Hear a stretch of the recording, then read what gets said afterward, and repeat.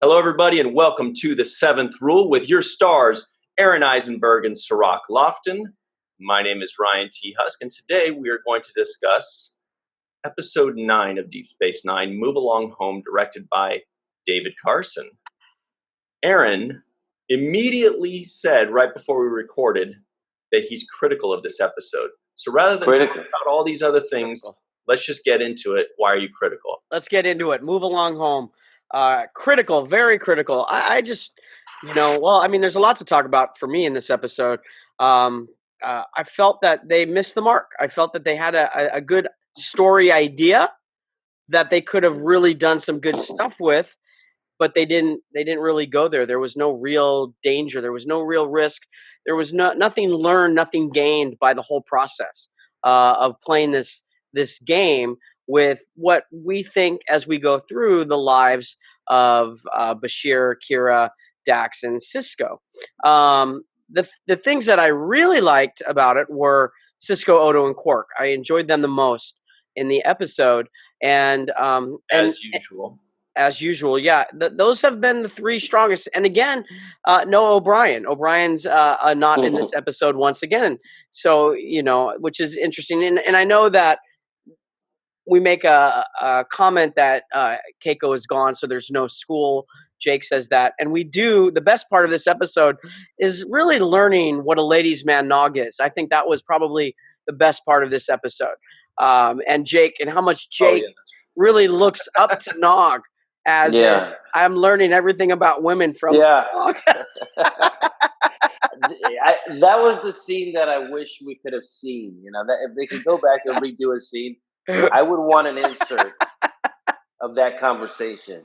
Right? And then Sisko as a dad is going, oh God. He's dying.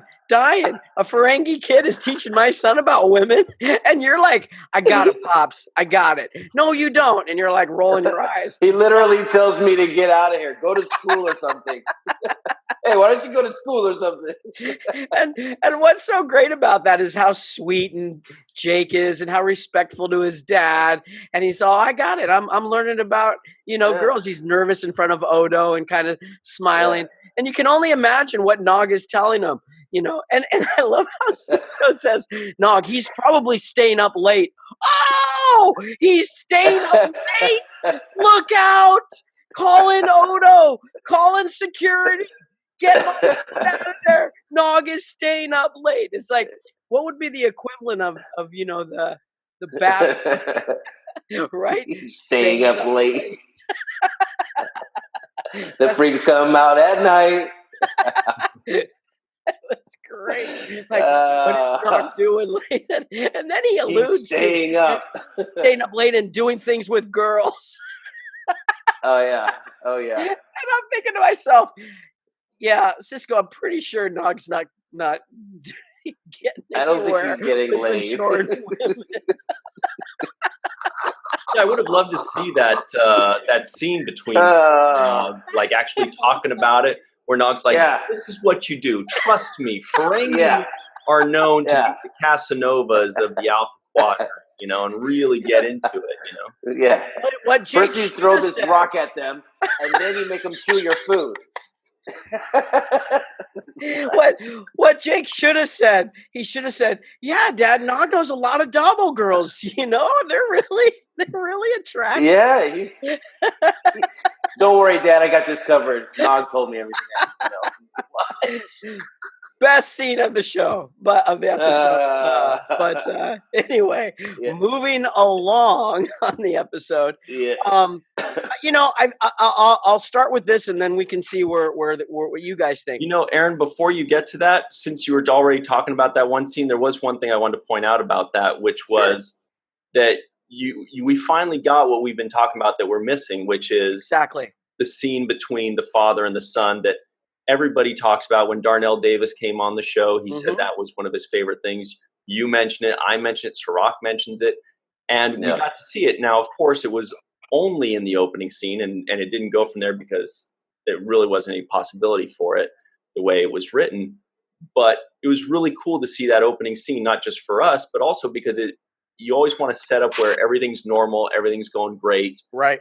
before everything goes kind of awry. So, I definitely smiled as soon as I saw the opening scene was between the two of them. I'm assuming you guys did too. Yeah, and on our last episode, that was exactly what I wanted in that one, which is to open the show with the family. But again, they kind of missed the mark here. They could have made something in that scene, even though it wasn't important about Nog and dating and Jake with getting into girls, but that maybe influenced Sisko's decision later in whatever challenge he was up to. Nah, it's nothing that I think really hurt the episode, but that would have been neat too, and it was great. And I love how Sisko and Cirroc, how you guys interact. I love that he kind of pops you. There's a little pop on your shoulder, when he's talking to you, and it's really wonderful to see Sisko different, as a father, and you see that both sides. You see him as a father, and you see him as a leader and a commander. Yeah, I do. I think it shows another side of him. It definitely gives perspective on just like what softens him up and where he's not, so rigid or having to make these life death decisions. It's more that family dynamic. I think it really adds layers to his character. I like the interaction that we had. I thought it reminded me of the kinds of moments that we had together when we were filming. Do you remember that day? No, I don't. I don't remember it specifically. I don't remember it specifically. I just remember those kinds of interactions that we would have. Those hits, those touches on the shoulder, maybe a hug. Sometimes he'd give me a kiss on the forehead, little things like that, where it was just like it was truly where he was interested in what I was doing or what my well-being was like. And that to me is, one of the things that makes him so unique from other captains is that he has that dynamic to deal with. It's one of the things that separates him. And that's one of my favorite things about watching the show so far, besides always looking forward to Odo and Quark, is Sisko. I love watching Avery. Even when he's, gets put into the game and he's looking around, it's just the subtlety, the subtext that's going on. And I love watching him. I really, really enjoy him as a captain. And I know where we go in this series, and I can't wait to get there. I'm like, can we fast forward to all the drama and all this? But we have to build up to that and get into these characters and who they are. And again, let me go back to the episode. I feel they missed the mark in this episode. I felt they could have used the dynamic of this first contact, right? And that's a big deal. The word first contact has a lot of weight, and I felt they kind of somewhat trivialized it. They came in, they play this game. You have, and I'll kind of go through this quickly, and maybe we'll come back to certain points in it. Quark has no idea what's going on, and honestly, the game was all luck. There was no real choices that anybody made.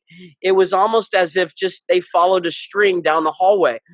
There wasn't any real question of character or morality. Like, if you're going to force them to choose, then make them choose, and why. And then if at the end everything is saved, then they've learned something about them.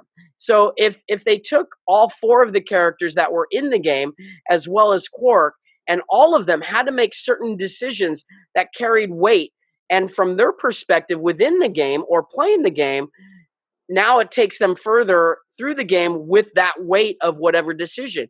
Meaning, if Sisko really had to choose in a life and death situation between Dax or Kira, and then one of them died in his perspective within the game, he's going to carry that all the way through.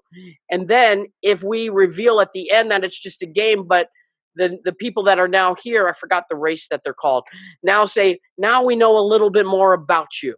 Now we know how you think. We know because of the decisions you made in the game of go right or go left, up or down, now we understand you.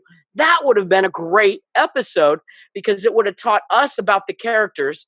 It would have taught us about Quark if he has to really make a decision, which they hinted at when he says play the long route or the short route. And it would have been even more interesting if he said, I don't care about them. I just want to win. Whoa. That would carry some weight. And if he thinks he's winning because now maybe Sisko, who's doing what he's doing, and maybe he's no longer around, how would that have affected the show going forward? But that goes into something that Armin shared with me that I would want to share a little bit later. So anyway, I didn't know somebody was joining us. Yeah, what did Armin say earlier? Well, hey Angie. Hey Angie. There's what's going on here? I didn't catch. No, what were you saying that Armin said? I've completely lost my train of thought. No, you were saying Aron was joining, talking about Move Along Home, right? And like how his character kind of had a twist right there, right? Yeah. I'm just. Cirroc, do you have something to add to that? We're going to join us mid-conversation. So, there was no real weight. So let's take Quark. He's playing the game. At first, he just wants to win. And at some point, Odo comes in and says, these people are missing. And Odo, and then Quark realizes, what's going on? What is going on, Ryan? You want to explain this? Because yeah, we just all wanted to wish you guys a happy 25th episode. Happy 25th! All right. 25th. All right. Thank you. Okay, I have no idea what's going on. Hello. What's going on?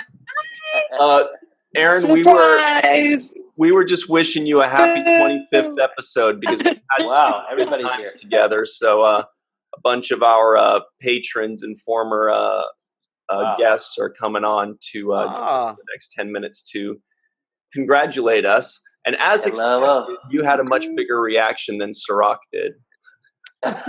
Yeah, Aron doesn't like things that are not planned. He likes to.